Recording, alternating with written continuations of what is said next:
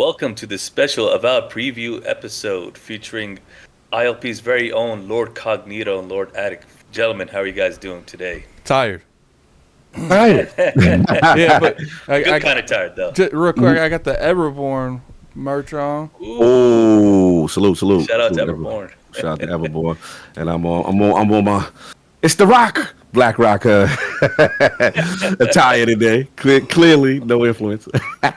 Well, since we're talking about our own attire, representing the home team, so Well, it's a game, in baby. in case you don't know, I'm Mahmoud Ghaffar. I'm the editor-in-chief of Lords of Gaming. So we'll be conducting this special preview interview episode for Avowed. Our two very own Iron Lords got to check it out today, and they're going to give us all the details, everything you guys want to know. And in case if you didn't know, Avowed is an upcoming action RPG developed by Obsidian Entertainment and published by Xbox Game Studios, of course. It's set in the world of Aurora. It's the same universe as Pillars of Eternity, so this is going to be the first time that we'll be going into this world in the first-person perspective. And pretty much the game follows an envoy from the Adir Empire, and who's set on a quest to investigate a mysterious plague known as the Dream Scourge in Living Lands.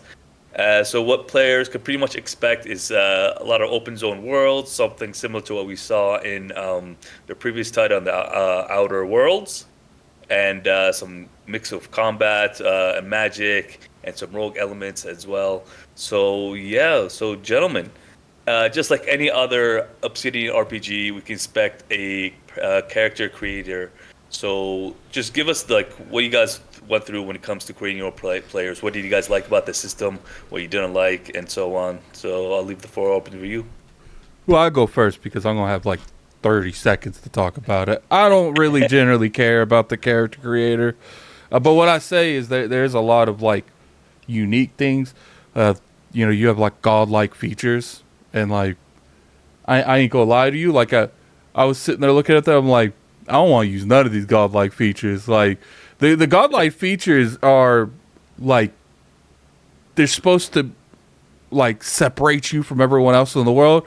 Oh, and they did their job because I'd be looking at those godlike features and be like, why would anyone talk to me looking like this?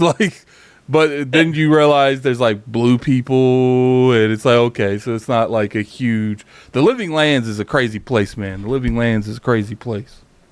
But besides that, I felt like there's plenty of features. You can make yourself look however you want. I messed in there for probably 3 to 5 minutes. Just to see. I'm big on scars when it comes to the creator thing, and they have a lot of features when it comes to scars. So Yeah, nah. I'm sorry, please, Buck Walker. Now, just good. My personal favorite scar is like the Final Fantasy VIII squall, across his face like that, diagonal. So I don't know if that's involved when it comes to the character creation, but like, God, what do you got for us in terms of character creator? Yeah, a lot robust, pretty robust, man. I was very impressed. When you started off, you get a lot of presets, right? And I thought the presets were actually cool to start as a base foundation, and then you can kind of customize off that, so you don't have to start specifically from scratch. In most games, I like to do that. I don't like to necessarily build from all the way from scratch in every single feature, but it was pretty robust. So I definitely saw the godlike features, which is like Attic was saying, the trademark of the game. You have to pick like some type of godlike feature, and mine was funny. I had like this. Like almost like this Egyptian sun thing with rays, like a tattoo come in. I noticed a lot of the godlike features are very floral, very flowery, stuff emitting from your eyes kind of energy, kind of thing. So I thought it was really cool. I will say, for the black delegation, we were represented very well with the hair texture. I was very impressed. I would say, for my Caucasian ladies in the realm, I felt that curly locks was done well. You know what I'm saying? Hair was done well. I would say right at the level of like a veil guard. You know what I'm saying? As far as the amount of customization there and options there. I would say that I would still give veil guard the slight edge though, but this was pretty impressive with all the different options you can do. And I think the only nitpick I could say is I didn't see the beefy. I needed a beefy body build. I didn't see that part. So I was next time, they can iterate on that for the lords in the Living Lands that want hit the gym. did you see that in the voice? Like you can pick different voices. There's Yes. a voice in there that I've never heard in any other game. It like literally, it sounded like Gandalf with a high pitch. Yes, Like I forgot about that voice. It literally, it felt like they were picking tones that you would feel would be like a godlike kind of person. Yes, I agree. I know distinctly that voice because I think I picked that voice, and I don't know if we're going to go into Mahmoud as far as the backgrounds, but the creative character then led me, into the background portion, and again, you let me know if you want me to jump off of it. That's a separate question you want to ask. No, go ahead. I mean, we want the whole all the details when it comes to that. So, when you say backgrounds, is that similar to like Cyberpunk, where you have like that corpo? Kind of like gives you like a little bit more dialogue options later on, things like that, or absolutely. So pretty much these unique dialogue, and it provides unique dialogue, gives you your backstory, and remember you're the envoy for the emperor, right? Mm-hmm. So then it's telling you, okay, so what was your relationship with the emperor? So I think they had was it Noble Scion, and again this was kind of like huge influence, wealthy aristocrat kind of energy. You had arcane scholar, I believe occult knowledge, historical observation. I went with this thing called, I've never heard of this, called Court Augur, Augur, and this is someone who deals with mysticism, shadows, fortune telling, you know what I'm saying? And I know for a fact the dialogue had a huge factor because whenever you pick a lot of these presets, these backgrounds, they'll give you attributes that align with those kind of things. So again, I went to Augur. It didn't have a lot of strength. It didn't have a lot of constitution, but their intelligence and their perception was super high. There were tons of times when the game, the Augur or the option come up and it showed like a little crystal ball based on what I picked, and I would be able to discern things. I could tell what a character's thinking. You know what I'm saying? And they're like, "Oh my God, you're so knowledgeable. How did you know that?" Like it really benefited me doing that. And then a couple one. Vanguard Scout. It said wilderness knowledge, kind of hunter, war hero for the fighters kind of thing. And like I said, based on what you picked, they had set attributes. But the cool thing that I will add on, the final thing I'll say is that even though these backgrounds had set attributes, you could still edit and say, okay, you know what? Even though the Augur had 3 in intelligence or perception, I want to take one of those off and put that up to strength. So there's a lot of flexibility with the actual. You can put them to 0. Yes, you can put them to 0. But I don't know because we are playing like an early preview. I'm assuming it's going to be the same thing because it does say that the max you can have in going into the game is 3 on any of them. So you can't go above 3, which I like, but at the same time, I'm like, man, like I like when I could like go a little bit more into what I actually want to build, like what I usually do in these kind of games, because these are the kind of RPGs I like. Like Bethesda's kind of went away from the setting, we're gonna have your character do everything. I don't like that. Like I want you to make me draw a line in the sand and say you go on one side or the other.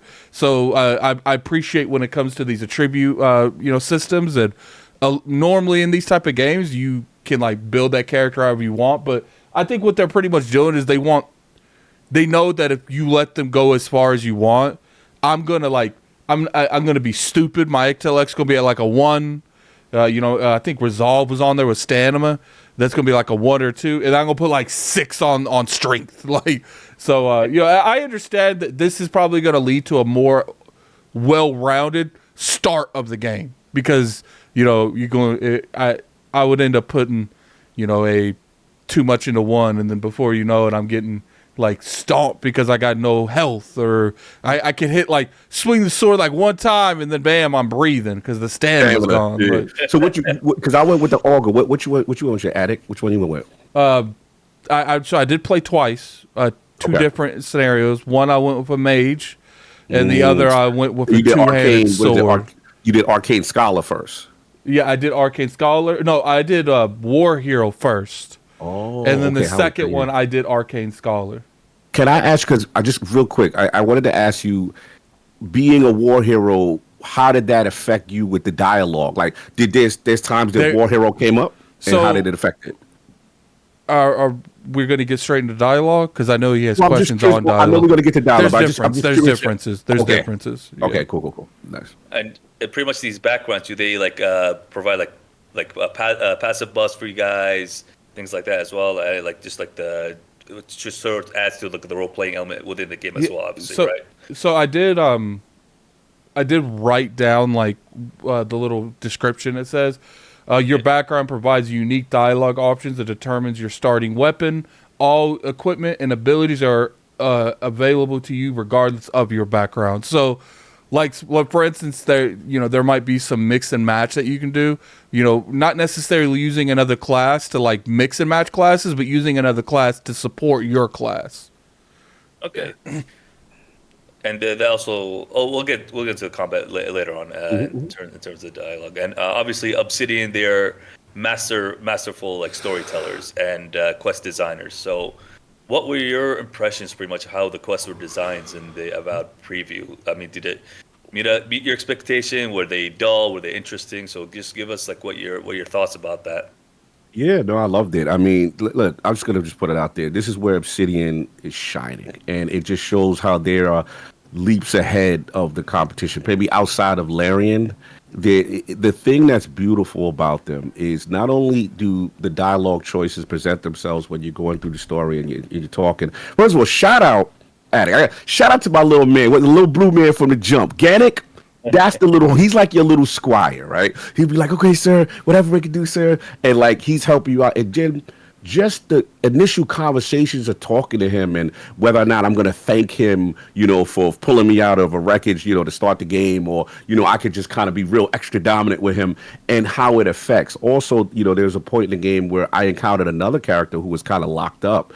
And the thing that was so cool was as soon as the interaction started, Gannick, the little squire, was like, "No, sir, we should not trust her. Do not let her out of this thing." And it's just an amazing interaction between your companion NPCs and then all the dialogue choices that are presented in conjunction with the skill checks based on what you have. And it could vary so much. Obviously my experience was different from Addict's experience. I did trust the person, and it was kind of a wait and see thing. And then we got to a certain point of the game where we got to a boat and stuff like that. But it was just so cool the way the game was designed from Obsidian, from a narrative standpoint, a dialogue choice standpoint, that you see true choice and consequence. Like there's variant paths, and that's it. That's the theme of this game, in my opinion. Like, however you want to do something, you can do it, and I love that aspect. But I'm just curious how Addict, felt about those portions of the game. The beginning was very interesting. Especially when it comes to there's clearly decisions just in the beginning because, Cog was like, "Yo, did you free the individual?" And I was like, "No, I didn't trust them. They stayed in that cell." I walked right past that whole thing. It's like, "Yeah, you good there. You're locked up for a reason." Okay, and I'm not going to automatically assume that their reason's wrong. But what's interesting is if you do go that direction, got to the town differently than the way I got to the town. When the very first time I didn't free them. I just kept going, and I got to the town a different way. In the second time, I was like, okay, let's see what you got this time. And I freed them, and I got to the town. You'd argue a little quicker. Because she had a boat, that NPC, right? Yeah. Mm-hmm. No doubt. Well, I mean, it sounds like it's pretty in-depth from the get-go, so... And how many like side quests and main quests did you guys like experience during your time with the preview? I mean, was it quite vast, or did you feel it was a bit limited? Like, so, like, what was it like your experiences when it comes to that? I didn't really stick to a lot of the side stuff. I did some of it, but I mainly wanted to explore, and I mainly wanted to focus on the combat. Like, figuring out how the different styles of gameplay. I played it multiple times. I went, like, when I went the physical direction, I actually used the swords. I used two-handed weapons. So they do allow you to play multiple different ways when it comes to that. I will say that nothing feels forced. Like, a lot of games, they'll be like, "Oh, you got to go over here, and you better go over here now." Like, they tell you, but I felt like old RPG style where it's like, you could go over there, and I'm like, well, that's fine. I'll go over there eventually. I don't care there's something crazy going on over there. I'm gonna do what I want to do. So I did sense freedom when it comes to it. In terms of the main story, I fought a couple bosses, which I'm pretty sure we'll get into combat later. I went ahead and, did some of the extra side stuff. I felt like, the main story was already engaging, like already interesting. For those of you who don't know, that you're pretty much a representative from the Empire in it, and you're there to investigate what's going on. You've been sent there. And what I like is the people there, they kind of fear you. Like when you're going throughout the story, they're like, they'll talk to you like an everyday person. When you're like, dude, I'm from the Empire. They're like, oh gosh, I'm sorry. Like, don't tell them. I'm sorry. Yeah. That part is crazy. Like, now I'm with you. Like, the being a godlike investigating this plague and the you almost have an inquisitive vibe, and a detective vibe. But the thing is, they do fear because godlikes are rare individuals. They don't see them, right? So, and you're an employee of the emperor, so they are. A lot of people are shook. Now, the cool thing is, I forgot to mention during the dialogue too that I like is that it's that Baldur's Gate style, that up close, you know what I'm saying? You talk to the person, the facial expressions, you can emote, you see the passion and the emotions of the characters. And I will say, it graphically, it really looks good. I know we'll get into graphics, but the thing that's also cool is what I like is when it's your time to talk, they show your creative character. They show, and how it makes, and then you get into that. Now, as far as Mahmoud, your question, as far as the questing, I did a bunch of side quests. I got caught up because I didn't think. One thing you realize, even though this game is not open world, it is dense hub world. And you can go pretty much anywhere you can see. And the thing I really want to shout out about this game is the platforming, like the mantling, going around and finding things. So I found a couple of, I went to this graveyard, right? And there were two people rummaging up graves and grave robbing. So I get to the spot and then she's like, look, I know who you are. She said, I know you are, but she's like, look, this is our territory. I don't know what you think you're doing here. You know what I'm saying? And then she had the goon who was of that race, the blue race addict. I forgot the one that Kai is, the character Kai is. I don't know what it's called. I forgot what they call it. It's they're from a specific place, Rentua or something, but he's like the goon, right? By perception, I was able to talk him down. I was like, look, you an employee. You don't want to smoke with me, right? You an employee of her. It's best that you separate. Then she starts interacting with, I can't believe you're going to do this to me. If you betray me now, this is the last time I'm bringing you to a mission. Then I was able to convince that guy to not even fight me. She stood her ground, and then we fought. I killed her, and then I ended up taking control of the territory and started to get a whole bunch of treasure chests and cool things. And I just saw, like, again, the dopeness in the interaction. There was one quest where an NPC was like, hey, I think my daughter or someone's missing, and there's these, like, lizard-type enemies in a house, and you had to go way off the beaten path to go find out about that character. And that was a cool storyline about this relationship between these alien, not aliens, but these different race of characters and a human. And I brought that information back. So already in this small section of the game, very diverse and a lot of, there's still a couple of quests I still miss. And you can tell because they usually have the explanation point over the NPC. Yeah, that you'll know, okay, that's person that most likely you're going to have a quest to. Did you, I was going to say, sorry. Did you notice that because, I just got off of Dragon Age Belgard, and it felt nice to see, like, huge dialogue during conversations from your companions. Like, they'd just be popping in and be like, no, we ain't with that. We ain't with that. Yes. And the camp. What I noticed is, okay, so Mahmoud, to your question, you talk to, and they have, like, let's say you talk to Kai. He'll have like 6 things you could talk to him about. He'll go in. Now, in the open world, after you get through a couple of those, then the dialogue choices will not be there. And you'll just press like X to talk, and he'll have like a preset thing he'll say, and that'll randomize after a while. Also, the game will let you know when he's ready to talk, though, on certain things. And again, remember, if you talk to another NPC, remember I told you they always interject sometimes. Yep. But the cool thing is when you go to camp, they won't tell you your life story. They won't tell you about where you at in the game. It's so expansive. And the cool thing that this game does, because it's so much dialogue and so deep, they have this kind of lore tab thing where you press X. So you're like, sometimes somebody's talking lore, you forgot what they said, that it's time to make a choice. I'm like, damn, I forgot what the hell. And then I press X, and it gives me a glossary of everything he said.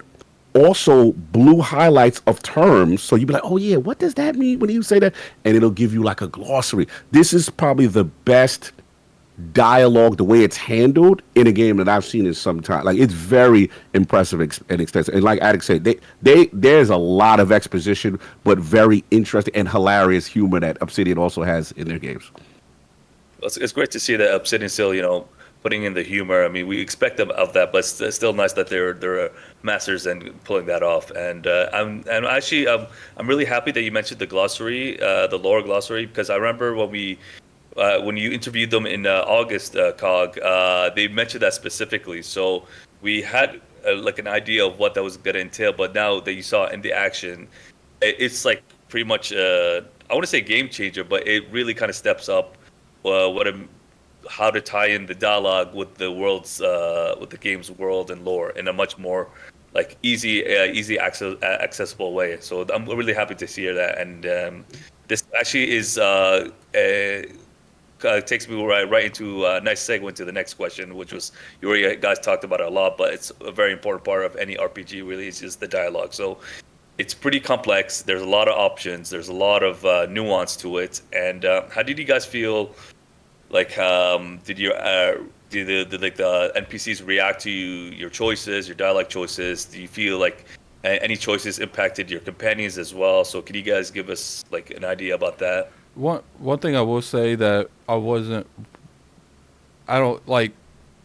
There was definitely choices, but I didn't really do a whole lot of them. Like I said, like I spent a lot of time in the combat thing, but I will say, there was an incident where I was, kind of saying something that Kai didn't really feel too much, and there's like a conflict that went back and forth. So, I always take when it comes to these type of games that, do we know the whole game? No.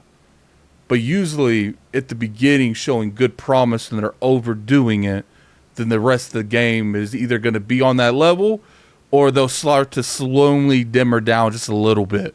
And like I said, there's multiple times where I'm talking and Kai gives his opinion. The companions definitely, as of right now, are very into what you're saying. Yeah, I don't have too much to add on. It's just again, it's the everything feels alive, and everything from a dialogue standpoint. Even I remember going to a merchant, and he's like, "Yeah, make sure you buy for me. Don't go over there. Don't buy for my wife." And I'm like, "Bro, wow! Like you giving me all this extra drama? like I just came here to shop. Like, you know what I'm saying?" And he's telling me, and then you go to the wife, and I don't care what he said because, and then you can ask, "Well, what did he do?" You know what I'm saying? You know what I'm saying? Why y'all not talking? Like, I get simple things. Talking to merchants, going up to other NPCs, and they're like, "Yo, bro, don't go past this line over here. Don't go into this warehouse." And I ended up looking up and Assassin's Creed style, I started scaling other buildings, got into this building, broke into this warehouse from the ceiling. There was chests in there. And I know we're going to get into graphics and audio, but I have to shout this out. Some of the best audio design I've seen in the game, because when you are close to a treasure chest, you hear this like shimmering.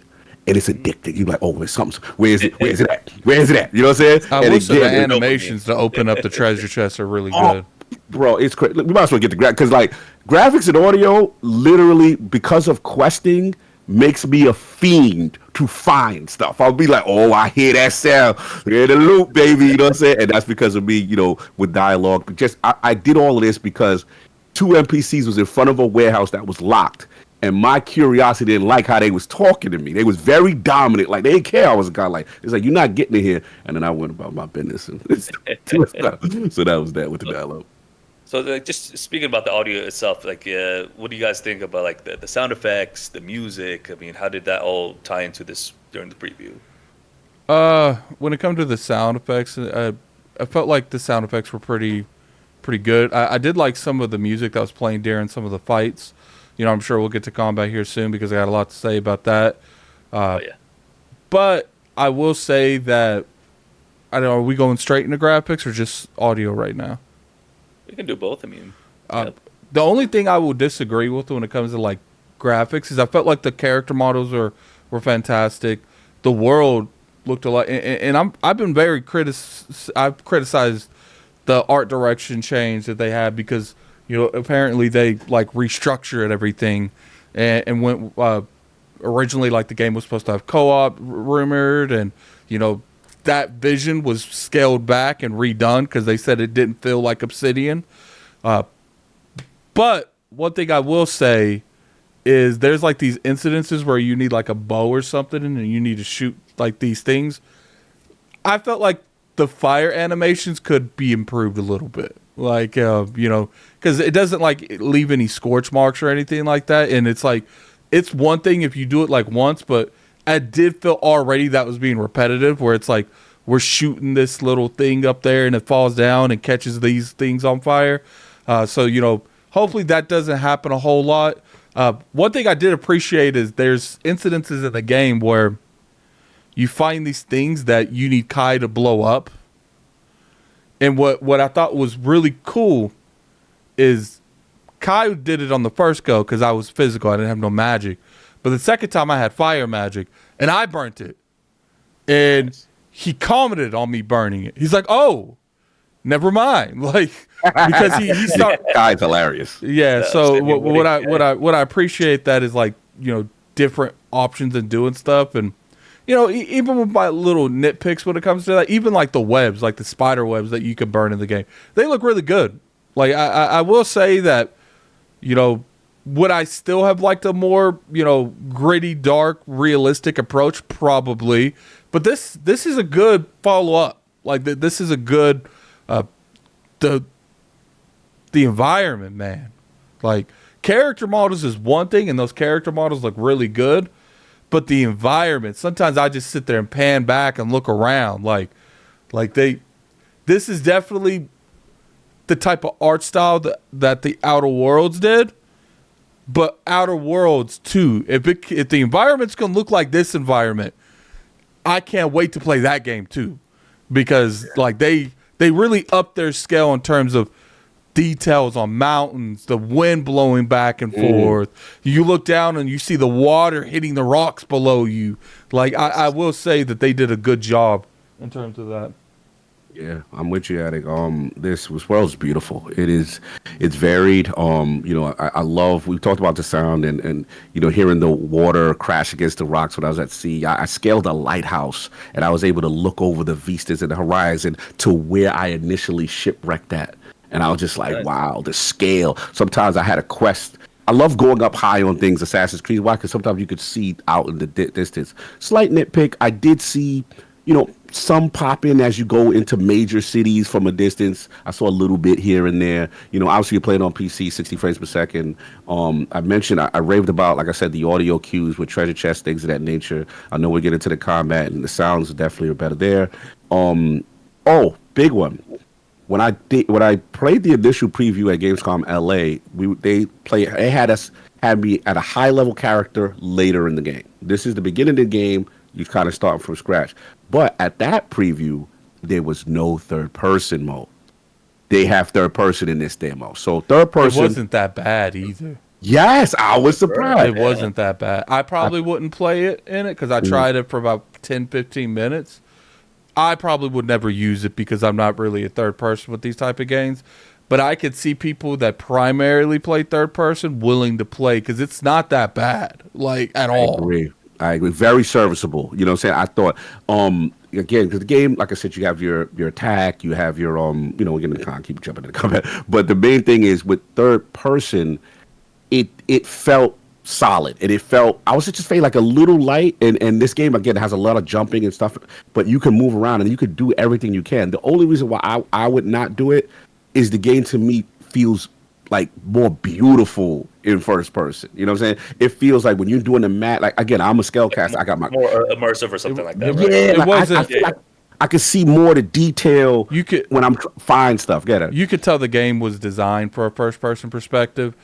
Because I would say a lot of like the little details, they're able to not really focus as much because first person, you can't see a whole lot like what's behind you.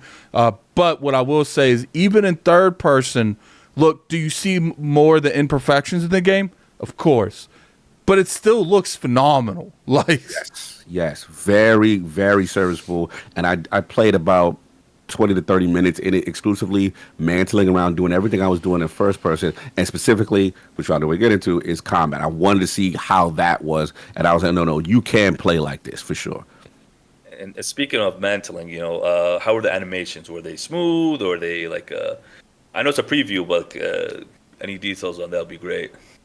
I'm sorry, get out. You go. I had no issues with the animations. One thing I will say is even now, like, I guess I'm used to like Skyrim and stuff, like, and this is not necessarily animations, but like when I'm walking around with the like the great hammers and like the big two hands, maybe it's because my field of view is at set like 100, but that thing looks small. Like it looks like a one-handed I'm using with two hands.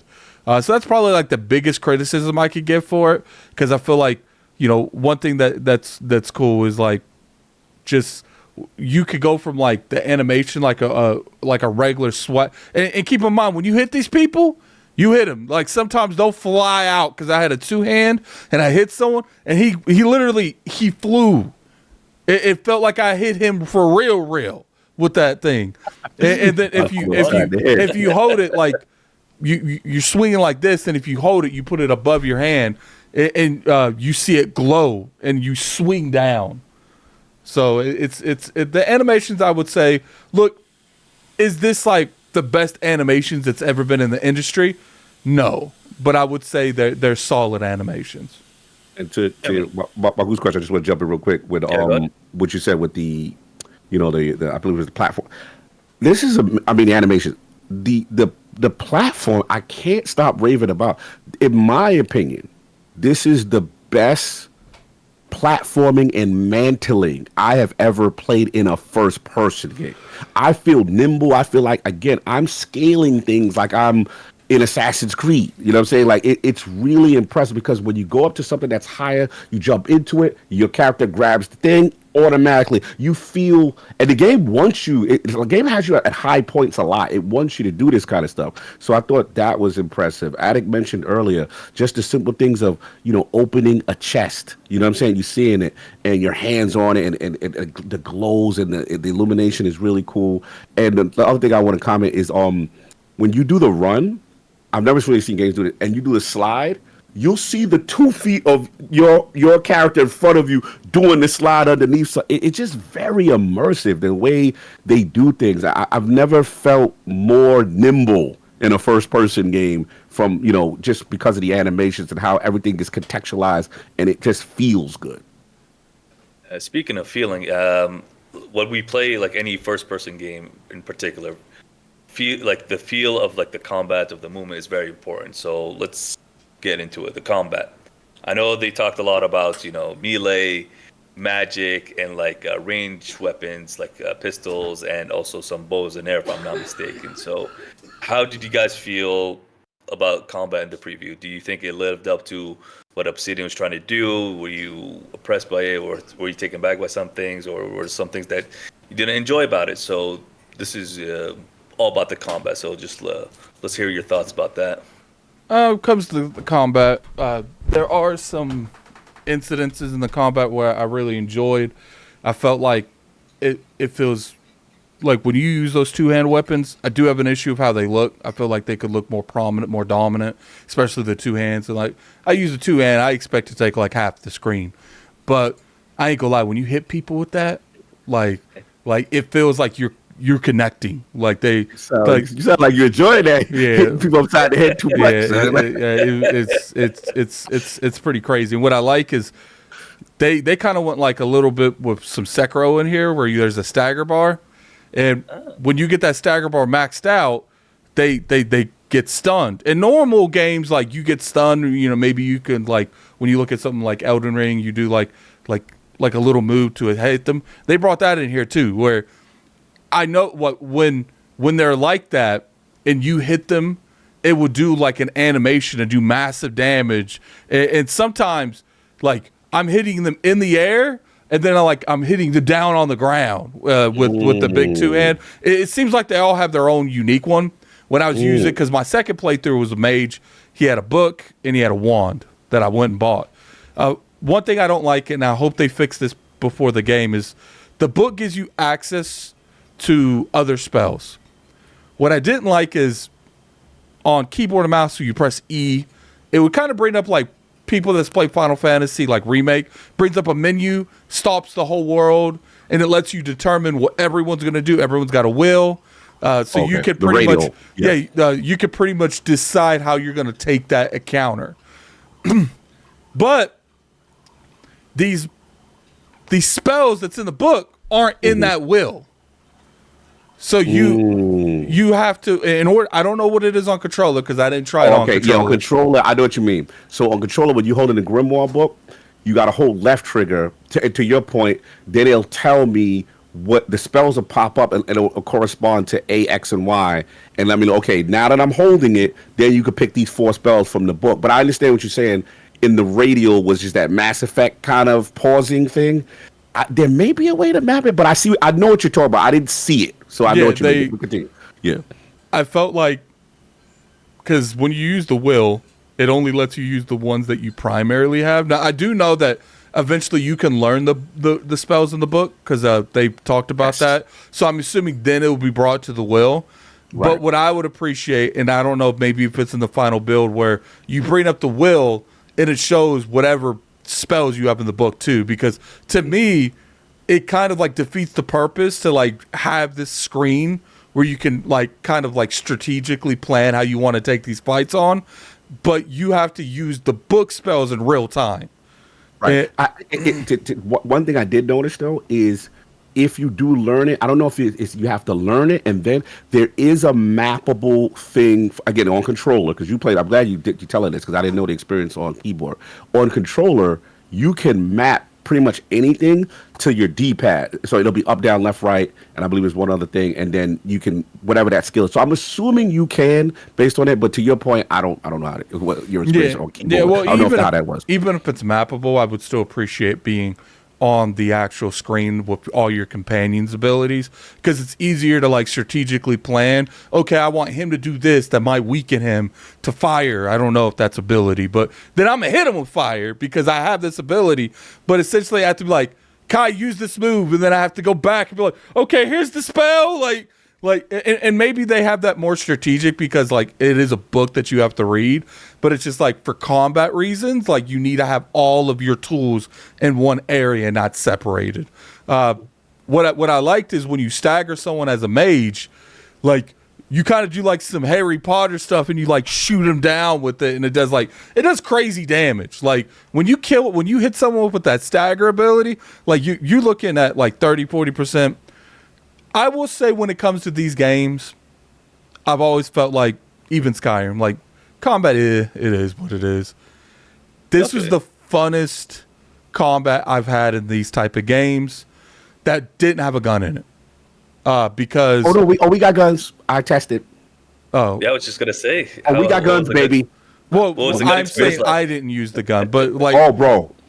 They got this. I forgot. I'm sorry to interrupt, but I got to jump on this one because this was there was some quest. I found some NPC. She was in like an arena, and she was like, "Oh, you're the guy. I'd love to test my skill against you." Yada yada yada. So I beat the brakes off her. Right. I was like, so after I did that, she's like, "Okay, for your weapon, what do you want?" And they had like it was like wand, shield, and they had I forgot what the name of this term is. It's a unique term that they consider guns in this universe. So I thought the term meant armor. So I'm like, "Oh, she gonna give me an armor." She gave me a double barrel style shotgun thing. Oh boy, there's guns, and it packs a punch, but the reload is long. But continue. I want Addict to finish his combat experience. I had to jump in on the gun thing. Yeah, I was like, oh, the guns in this is crazy. So I'm pretty sure it was probably A on the controller to dodge. Yes. That's what it seemed like. It would be the best one. On the PC it was space, and. I ain't gonna lie. Sometimes people do dodges and they feel like that's not important. This dodge felt really good.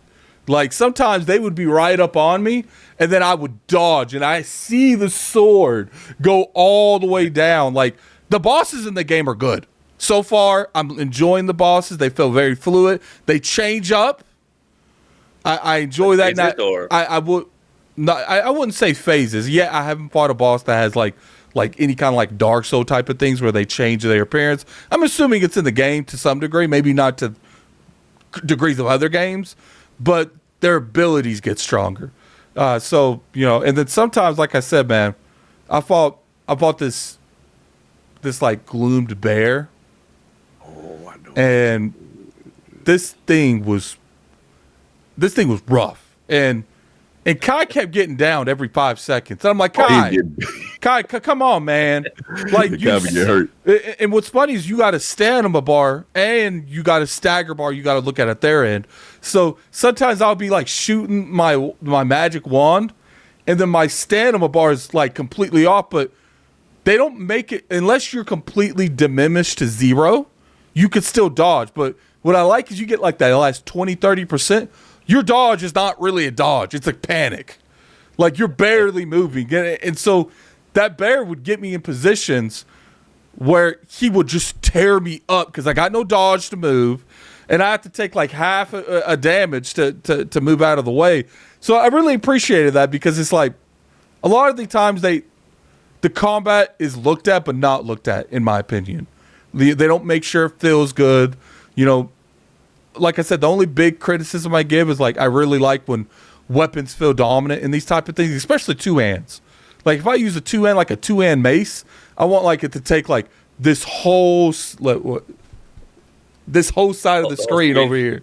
Like this whole side needs to be that thing. Because to me, when you're actually with a two-handed, like you're going like some of your vision's going to be impacted. Like, but even with that, man, even with that little thing, like I said, that could be field of view.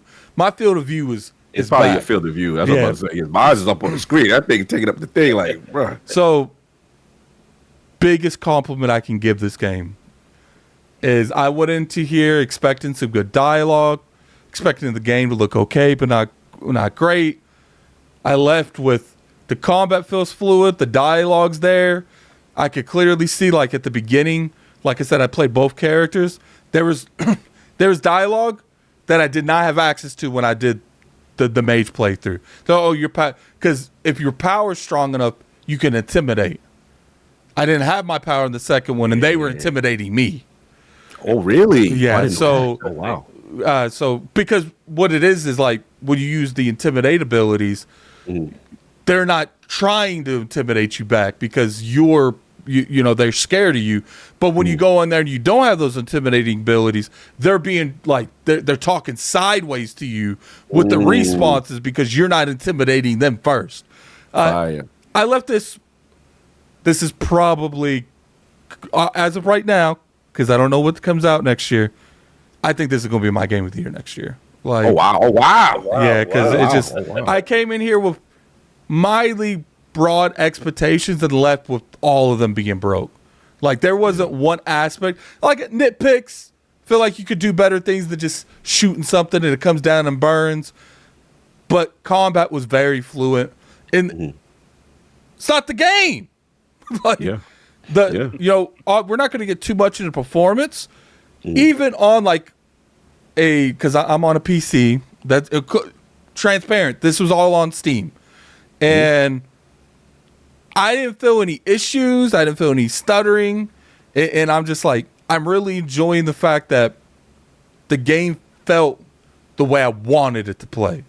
When I would dodge something, it would dodge. Like sometimes I feel like they like some of these like mechanics slips through the cracks, but it did feel like core combat. The core combat maybe wasn't in the middle, but it was one of the top things that they were looking at. And the skill trees, I'll probably put them on the screen. I'm pretty sure I'm allowed to show them in this. The skill trees, very, very in depth. Like for instance, if you want to go into maximum health is on the warrior class, whatever it's called.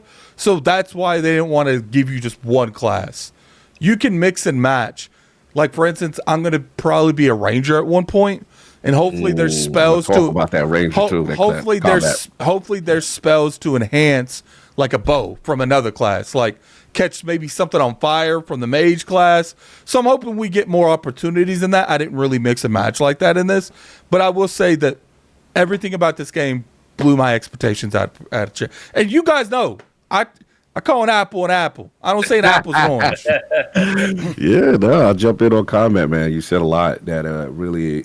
I'm actually impressed that you were impressed about that, because I know you were very stickler about that. And for me, I wanted to approach this different. Basically, with these type of games, when I'm always sword and board. You know what I'm saying? I always fall into that trap. Yeah, which is fine, and I messed around with a bit. There's parrying, which I thought was cool. The stamina bar plays I love the dodging. You feel nimble. You can get out the way. Oh, you have to get out the way. The combat is difficult. They will straight up tear you They apart. are on you. And then what I like is they'll do a very powerful animation, and you think, okay, they're done. It's time for me to come in. Oh no, they're following it up with multiple. They'll chase you. Like, it is not. This combat's not easy. And then in conjunction, I want to shout out the subtlest thing that I don't see another game really do. The way they handle potions. When you get wrecked, you see the animation of picking up the bottle, drinking it, putting it in, like the health bar and then the essence stuff. So. Like what you said. I ain't gonna lie. That was probably another nitpick. I did not like the animations for like drinking potions or anything. I love that. Because games don't even show you when you drink potions. I gotta push back. A lot of them do. I like when I see the animations of games where like you pop the top of it and everything, and you throw it, and then you drink it. Kind of like what I've never seen that in the middle of the fight. You actually got to drink the. I don't know what game. There's games like that. Oh, tell me. I didn't know that. This is my first experience seeing a game in the middle of it. You pull it out, and then there's a statistic or a stat that could speed these animations up if you invest in it, kind of thing. But back to what Alec was saying in reference to the combat. Again, I started sword and board. I thought the uniqueness of the spear was pretty cool, like the poking animation, and then all the charge animations are really done. Like the spear, you hold it back, you see this light emanate, and then you do strong poke, you stagger, you see the enemies go back, kind of thing. I messed with the two-hand a little bit. I will give you credit. I felt blocking with two-hand was actually pretty impressive with a two-handed weapon. Where the game opened up for me is because I just love the way magic is done in this game. The fact that it feels very, very good, and it kind of reminds me of like Dragon Age Velguard. It's one of the few Dragon Age games where I actually enjoy the mage combat. Yes, the fact that you see that book, the pages in it, he flips it, and if you jump up, it actually moves while you're moving around. But in the beginning, I didn't have a wand. I just had a grimoire. And the grimoire had I found the grimoire had like 4 spells. It had like an ice spell, and then they had like this fire spell, and then you do like you kind of like almost like like a torch. You kind of burning people down like that. And I was going like grimoire, and I had like a mace. Shout out to the mace. When you hold the mace, he does this animation like this before when you do the charge up and hit somebody in the head, which is hilarious. So love that part. And then when I got into it, I picked hunter ability. Again, I went mage, but because of the mix and matching and the variants, I picked a hunter ability that allows a root, like a plant root, to come up from the ground, hold the enemy in place, grab their leg and hold them. So as a mage, I don't want people up on me. I'm trying to, I'm doing my wand, I'm doing my thing. So I would do this and then do powerful moves. Best thing in the game.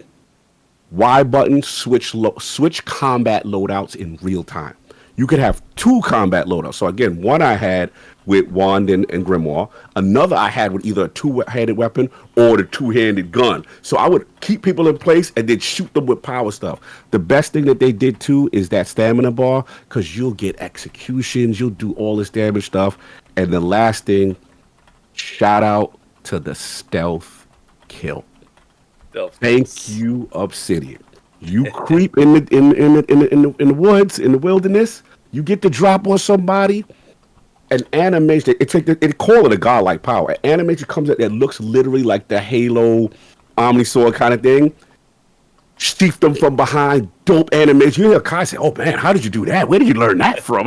Like you hear them talk. Oh man. And then last, gotta shout this out. 90% of games I play, I never take no ranger class. I never take no bow and arrow dude. I never play that play style. it just so happened, I think I got to the part where Attic was at, where they like, yo, you find a bow very early, and they want you to shoot a thing at the top, a torch to burn up or something to get past some branches. So I'm like, let me mess with it a little bit. Yo, tell you right now, Attic, charge up.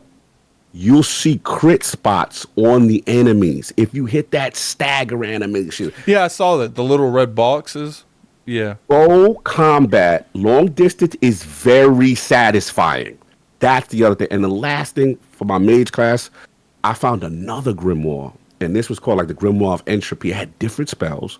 And I couldn't even use all the spells. Some of them they were like, yo, you gotta invest in your magic, your grimoire majesty or whatever it is.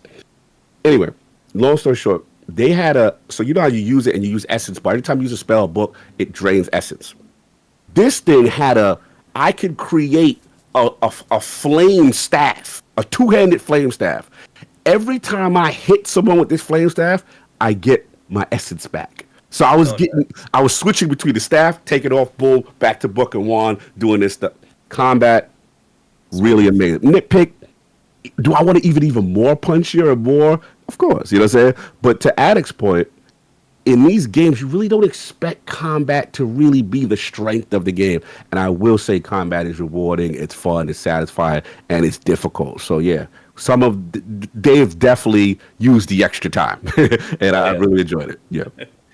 And I think it's also pertinent that we have to ask about, shout out to Cerebral Paul, accessibility options. I don't know if you guys had time to mess around with the settings. Did you see anything like that in the preview? Yeah, I wrote some things down. One thing I know, shout out, the accessibility options are impressive. I will say, I would consider like a Call of Duty Black Ops the top level, of all the different things you could do. But there were a lot of visual things here. One thing I appreciate us older lords with bad eyes, the UI text, the UI font. I think the game does a fantastic job of in the environment. They'll put little silhouettes of things that let you know that you can interact. Hey, that's a piece of grass you can pick up. Those are materials you can pick up, that kind of thing. I told you about the audio cues. The interaction with the visual icon, run, sprint, control options. I did see that. Best visual tutorials I've seen in a game. Like when you go into the option, like you start to do something new, the game will pop up on the screen. Hey, go to the tutorial and check it out if you want to learn more. And they'll show you a video of it. They'll show how you can access it and stuff like that. And there's just a ton of visual and gameplay accessibility stuff. And I was very impressed. I thought they had a ton of things in place here to be able to configure to your liking, to make to experience more hardcore or to make it more accessible, to be able to see, access, and control things a little easier. So I was very impressed with what I saw. I mean, that sounds great. So, gentlemen, any final impressions you want to leave to our viewers, to our listeners of the Avowed preview? Yeah, comes down to it, man. Obsidian's still the rock for a reason. And a lot of the fine tuning stuff, like frame rate stability, because there was some jumping up in frames when I was playing it. All that is done normally the last 6 months of the life cycle of the game. So that's probably what they're doing now. So I 100% expect this game to even run better when the game comes out. And I felt like it ran really good. And so it's just they did it again, man. The Outer Worlds was an extremely great game that I played. I just played Baldur's Gate, Dragon Age Veilguard. I would say that this game is lower than so far as lower than what I've played on Baldur's Gate, but those dialogue options, man, it felt like Baldur's Gate, just the different answers and things. I'm hoping that we get a little bit of huge consequences going on in this game, because maybe Carl can speak on it. I didn't see any huge consequence decisions yet, but what I will say is I'm excited to play this in February now. I am. Yeah, I'm with you, man. This thing, look, I was already convinced when I did the initial preview, right? And I was like, wow, this is impressive. I know the talk at the time was about the frames on console, and I get it. And in fairness, we're playing on a PC build. We still need to know how Xbox Series X performance is going to be.